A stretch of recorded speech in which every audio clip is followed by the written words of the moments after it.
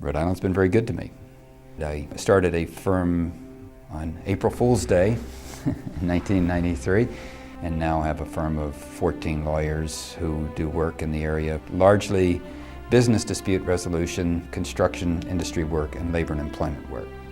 Rhode Island was a nice place for me to practice because it gave me a very easy bridge into activities that I thought were enjoyable, but at the same time I thought they were very important for a community outside the practice of law. Early on, I became interested in Save the Bay. I was a member of the board for 10 or 11 years. I became a vice president in 1984, and I was the president of Save the Bay from 1987 until 1990. Rhode Island, of course, is a small enough state that if you focus your energies and you found a way to become an effective advocate, you could get things done. I believe as the Attorney General, you can really make a difference in Rhode Island, both for the state in a general sense, but you can also make a bigger difference for individuals, and that's the part that I find appealing.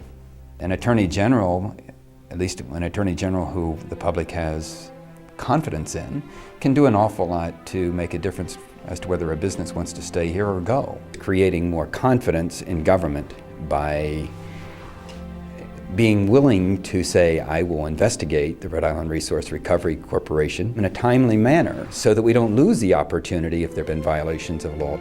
I will take an impartial role in terms of observing some of the issues of public corruption that we're seeing right now in Central Falls, of going after sophisticated white-collar crime, which we don't do much of to quantify how much savings one could effect from a tough Medicaid enforcement. But I think that's a real number issue.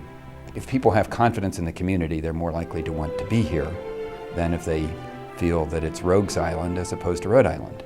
Another thing that is important to the economy and individuals is health insurance. It's one of the biggest drivers of the state budget and municipal budgets. And I think the Attorney General certainly has not taken advantage of what the law makes available to the Attorney General to be an advocate before the Insurance Commissioner to push harder in terms of squeezing administrative cost and in promoting basic principles of public health to enhance the availability of primary care medicine, which people know over the long term saves money. And so I think there are things that the Attorney General can do that can really make a difference on the budgetary side. There are things you can do as Attorney General to take a more active role in the Public Utilities Commission in helping to protect the interest of people who are facing utility shutoffs and who are facing the absence of heat and electricity during times of year when they deserve to have it. It's incredible to me that the Attorney General who's charged with this hasn't been doing it, and the General Assembly has told them you have to. The Attorney General is charged by law with being the environmental advocate, and by advocate is advocate. You're there to advance the importance of Rhode Island's environment. That's something that hasn't been done. Where was the Attorney General in Tiverton? When those people in Tiverton who were not able to have their kids play in the grass, yes, DEM was trying to do things, but the Attorney General should have been all over that.